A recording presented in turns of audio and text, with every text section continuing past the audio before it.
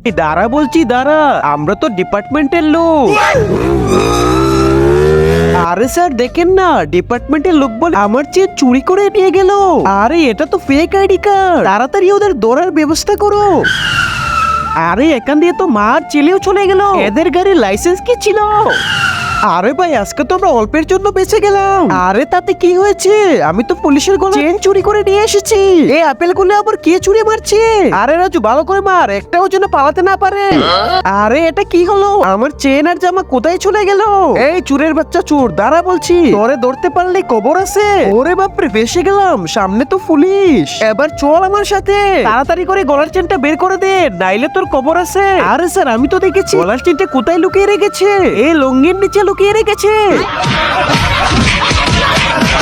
আরে তোমরা তো ভালো করে মারতেই পারো না, তোমরা পুলিশ নাকি অন্য কিছু? আরে তোর কি আমাকে দেখে পুলিশ মনে হয় না?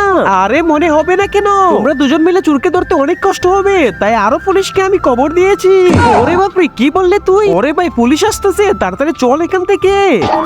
এই বৃদ্ধ অসহায় বাবাটির জন্য কেই বা লাইক সাবস্ক্রাইব করবে? আমি জানি দুষ্ট ছেলেরা একদমই লাইক সাবস্ক্রাইব করবে না, আর ভালো ছেলে মেয়েরা অবশ্যই লাইক সাবস্ক্রাইব করে যাবে। তার মানে ওরাও ডুপ্লিকেট পুলিশ ছিল।